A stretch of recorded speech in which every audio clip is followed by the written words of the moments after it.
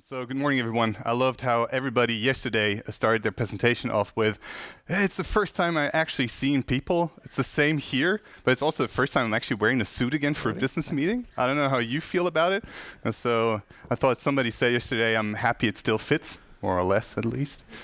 We're very happy to be here today. My name is Max, as you already heard. You can turn on the presentation if you would like to. Perfect.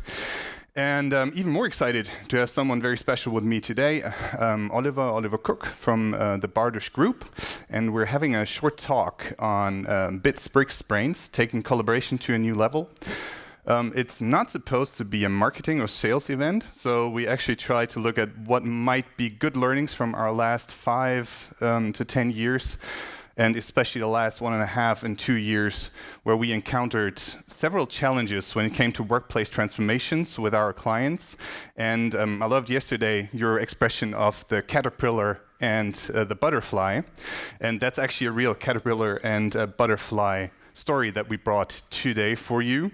So first we're going to have a short talk on the barter story, and then we're going to extract some learnings that might hopefully help you to have a even better workplace transformation that you've already been having maybe right now, and maybe actually add some value to your transformational work today.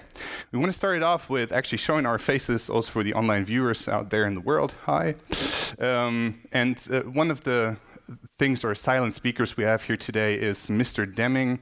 I don't know if you know him. He's one of the 4 thinkers that actually started the process-oriented thinking in companies. This obviously is not the end, if you want to call it. We've already learned that processes are just a part towards a goal, and we're not sure what the goal is yet because we're all working our way through new work, right? But one thing we've learned, and that's maybe the first key takeaway for today, transformation is not automatic. We saw it with RWE just a couple of minutes ago. It's really hard work, and guys, I'm a bit afraid that it's not fair that you were in front of us because that's also a great story. But there are some learnings that you'll see parallels with. And transformation is something that a company or an organization has to learn. And last but not least, it's something that somebody has to lead. So Oliver, in terms of leading and company work, stage is all yours. Thank you, Max. It is. So, the ladies from RWE has a certain trigger. It was the renewal business which hits them, to start the process. For us, it was a different trigger I will mention later on. Maybe Behaviours, we don't know. We are a textile management company, so we are leasing all kind of textiles. Let's say we have Aeon as a customer, so we lease all kind of textiles for the working class. We lease textile to nursery homes, to hospitals, so all kinds of textile, which in the environment of working protection for people. Daimler is one of our customers for the production people. So that's the way cement industry, construction industry. So we lease or we rent these kind of clothes to our customer. That's the business model. We do not sell or randomly sell, but mainly we are renting or leasing our textile. We are roughly 300 million or above 300 million euro revenues. We have 3,500 people across Europe, roughly above 30 sites all over continental Europe. So that's our, let's say, business model. Here you see we do rent also different kind of other textiles. On the right-hand side, you see the clean room, which of course in COVID-19 terms is quite an important part for the pharmaceutical industries, for hospitals. That's a very important piece, but also for the clock industries in Switzerland. So here within you see the hospital piece where the nurseries but also the doctors, get let's say their working clothes cleaned and handled and logistically well maintained. So we do see us as a textile management, and it's a life cycle management, we call it internally. So here you see the people gets their clothes. We pick them up from the factoring, from their factory. So we do drive whatever to Sindelfingen, to Mercedes, pick the clothes up, bring it to our washery sites, then of course wash them, bring them back to the factory, and then the workers on the sites of Daimler or whatever, they can reuse their properly maintained and also properly washed, and then it goes back and it's circled, all the way through. We are, and that's now I'm coming to the story. This year we are 150 years old, so fifth generation right now, and now I'm coming to the trigger. The trigger was not the renewal business like from Melanie and Jordana. So our trigger it's a family owned, but after sudden death of the owner, it was not anymore a family run business. So external management steps in, and since 2016 I joined. One of my colleagues joined 2015. And from there on, it was third-party management in a family-owned and formerly family-run business. So that was our starting point, also to start journey, like the lady said before. So when I wouldn't say it's a question of age, but you have one management style. Family business is a little bit special. But then when you have, let's say, a 60-year-old classical patronate, driving the company, deciding everything on your own, and then now we are four management guys coming in and now telling everybody what to do, a little bit difficult, and that's, let's say, our starting point for the transformation. So we question ourselves, how we get that kind of startup, responsible thinking into that company. And why do I put those four people there? There were startups in their decades as well. On the left side, Madame Streif, the teddy bears. Then you have Mr. Bosch. Then you have Mr. Miele. And then you have Tilwissen. It's an oil mill. I think every oil which we maybe consume in our salads, a lot of them comes also in the original, in the raw material from them. So quite the same founding decade where we are, but now it's the thinking what to transform. And we said, okay, you have that kind of startup thinking, that mindset, we need to bring it to our company. And now from this patriotic style of management, how to bring a certain mindset, brain, as we said in our agenda, how to bring that brain into our people. And the lady said it as well. The staff, the employees is one piece, but for us it was the management level where this was, let's say, the biggest task and the biggest journey. And we have accomplished a lot, but it was not, or it's still a journey, especially on the management level for the change. So this is the new generation. When you go to Berlin, maybe you see one of the faces of those six here. Maybe the most famous one is here, André, which is the founder of Flixbus. So, and I want to take him. So what did not change between 150 years ago and now? It's the beard. So nothing changed really in every time, in every decade, in every year. You have startup guys, maybe they are looking nearly the same, let's say like this. Okay, so trigger, I said, it was the sudden death of the owner, a family run, family owned. And what we did now, or let's say to start the process and to let the management level participate, is we started a strategy process. As you maybe understand, not necessarily for all family-run businesses, but The management style, of course, the owner said, this direction we go, that's our strategy, let's do it, I decide. So what we did, we started strategy processes, took, let's say, 25 managers all over the group, put together and lets them discuss and also prepare and define the strategy with us. So we put an integral part, to define with our management team that kind of strategy for the next 5 years.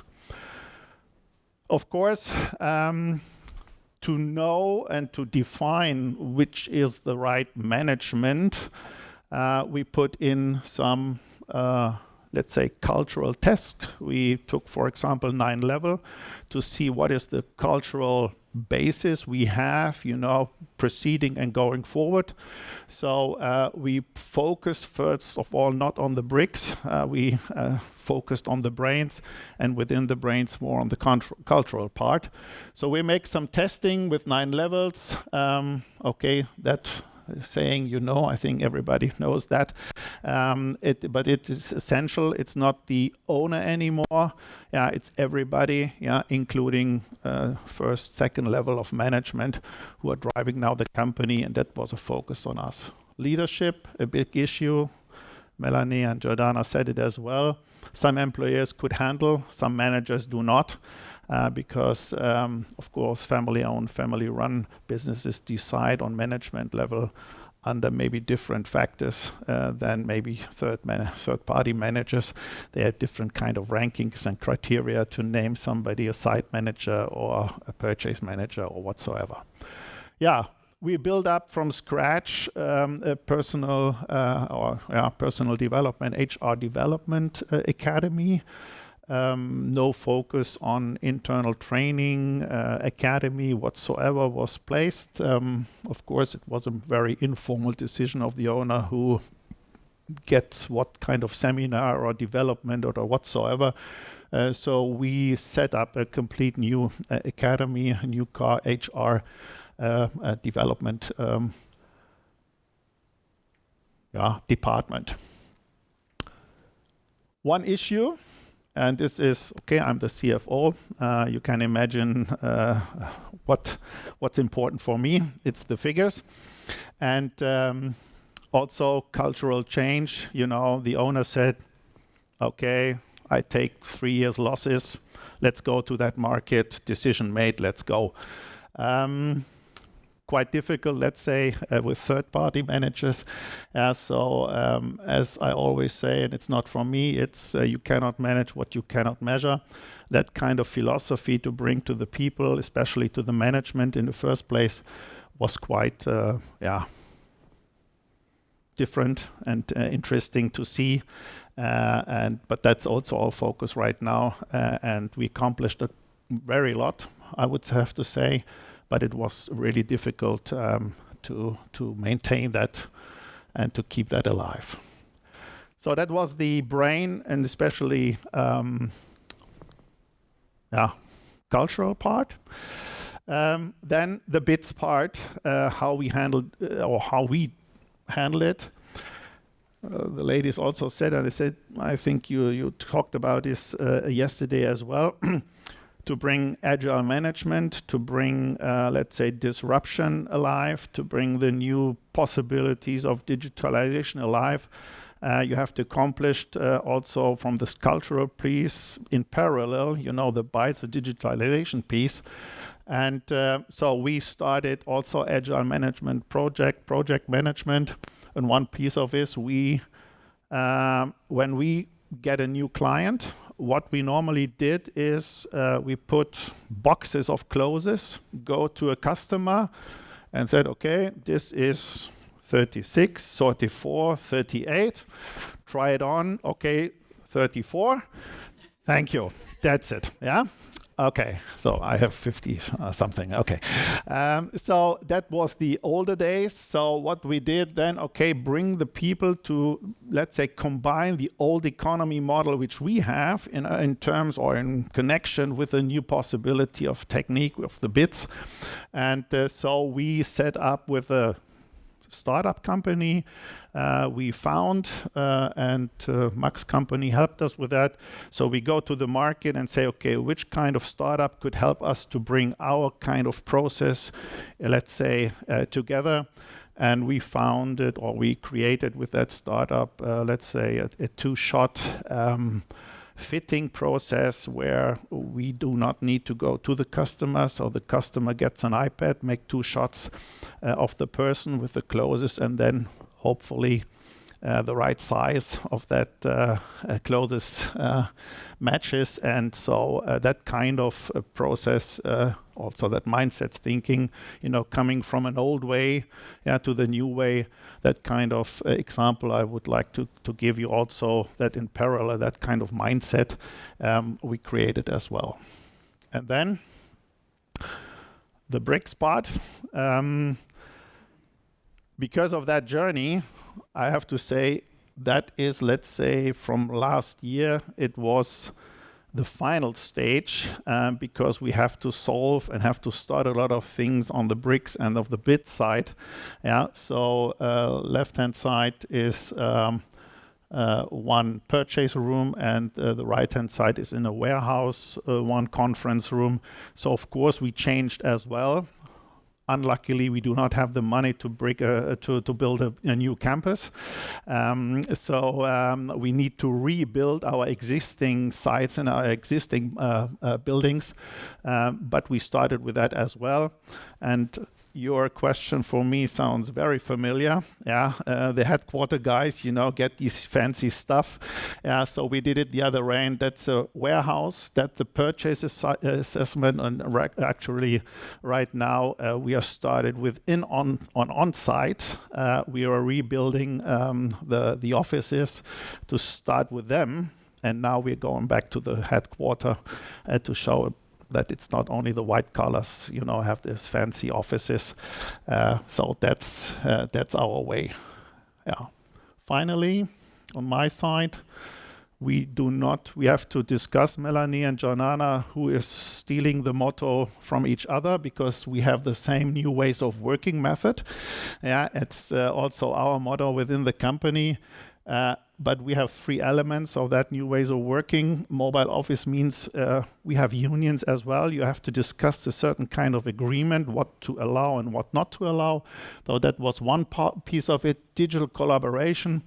Max and his team supports us to start, or had started, the M365 teams and so on, integration of our company or within our company. And the work environment is the office piece, which we are also running and changing right now. And that kind of thing, we are still working on it. I would say we are roughly at 70%. The journey is still going on. And let's end where we are right now. So the cultural piece for us, and the trigger of the sudden death of the owner, which runs his business on his way, that was the trigger for us. And it's still a journey, so I agree with Melanie and Joanna, so for us as well. That's my part, and now the learnings. Thank you. We are agile. We're super agile. And funny enough, that's actually a super overlap to what I actually wanted to say, because a lot of companies, especially in the last 3 years, have been coming to us and asking us, so hey, here's this new place we want to create. So we are building a new campus. We want to implement a new technology, all that kind of stuff. And can you help us along the way? A little bit what Mokon described yesterday, the organizational change part. And here's some learnings which we can also learn from a positive example, like Bartosz in this place. So the first thing is that workplace transformations, when we're looking at bits, bricks, brains, they start usually as a project and they turn into a process real quick. And that's what you also beautifully showed, because yes, you have a campus, but that's not the ultimate goal. So the campus itself is okay. The campus itself is just a means to an end. So technology like M365 is just a means to an end, right? And usually what happens is this. So there is a new campus, bam. There's a new technology, bam, bam. But if we're now thinking of it as a health index issue, how would you call a patient with that kind of heartbeat?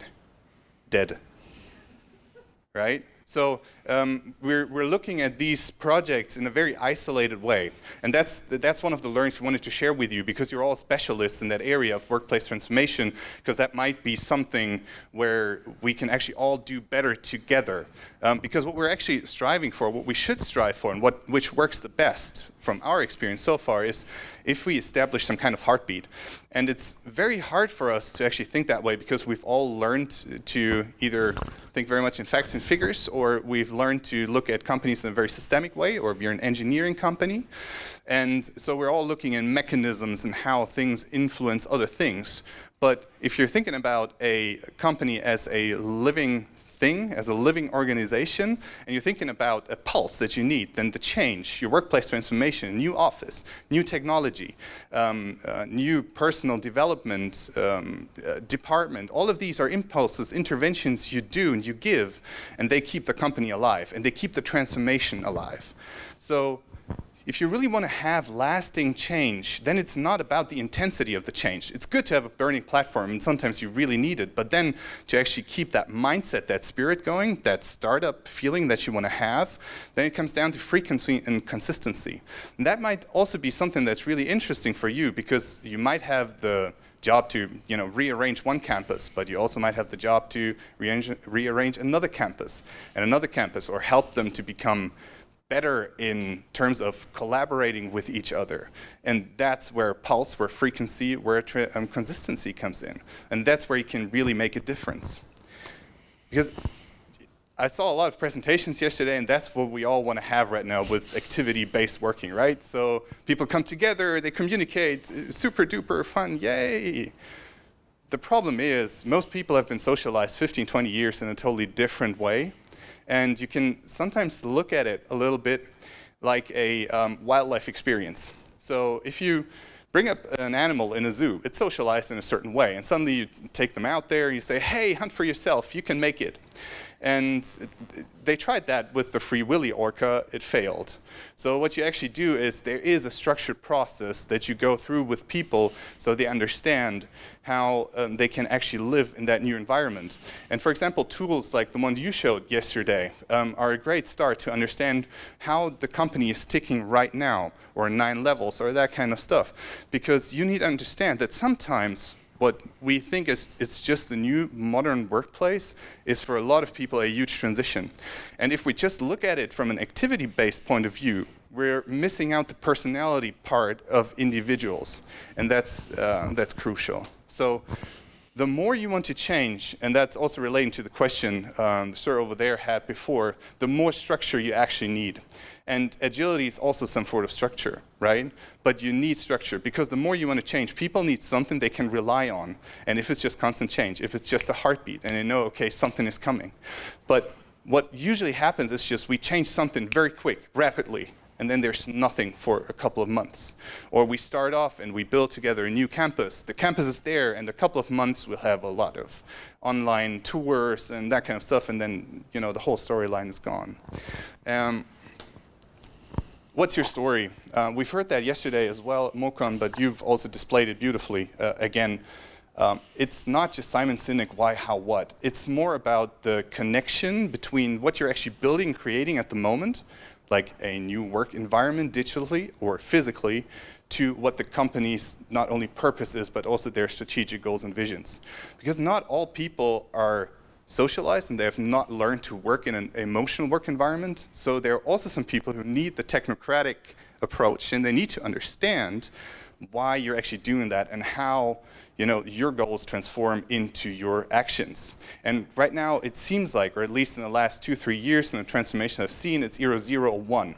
We're going all out, and just engineering companies still trying to be very structured, very down to earth, figure oriented, or we're going very emotional in the American way. So, and it has to be a balance between the two. So, nevertheless, there's no transformation without a great story.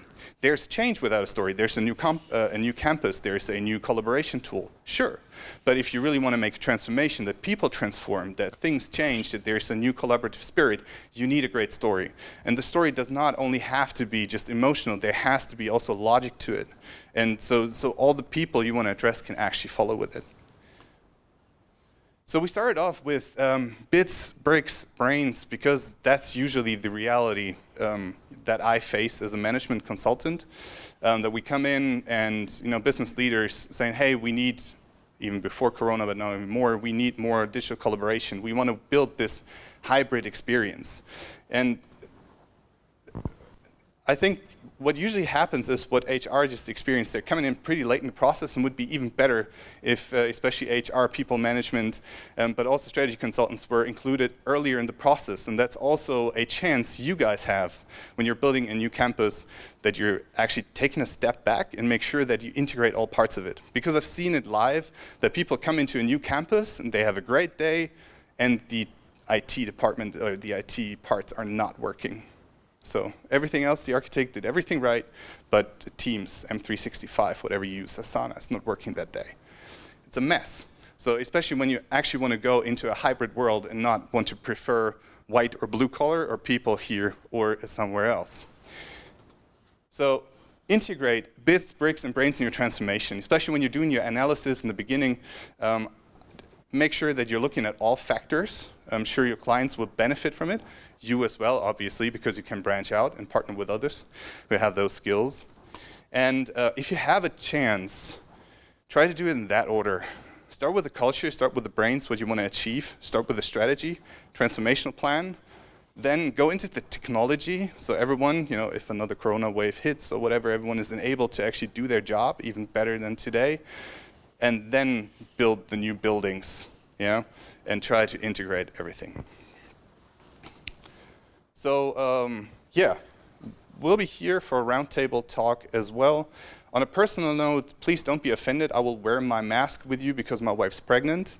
So I'm just being extra careful. But besides that, thank you very much for listening. Thank you very much that we are allowed to present here today. Looking forward to great discussions.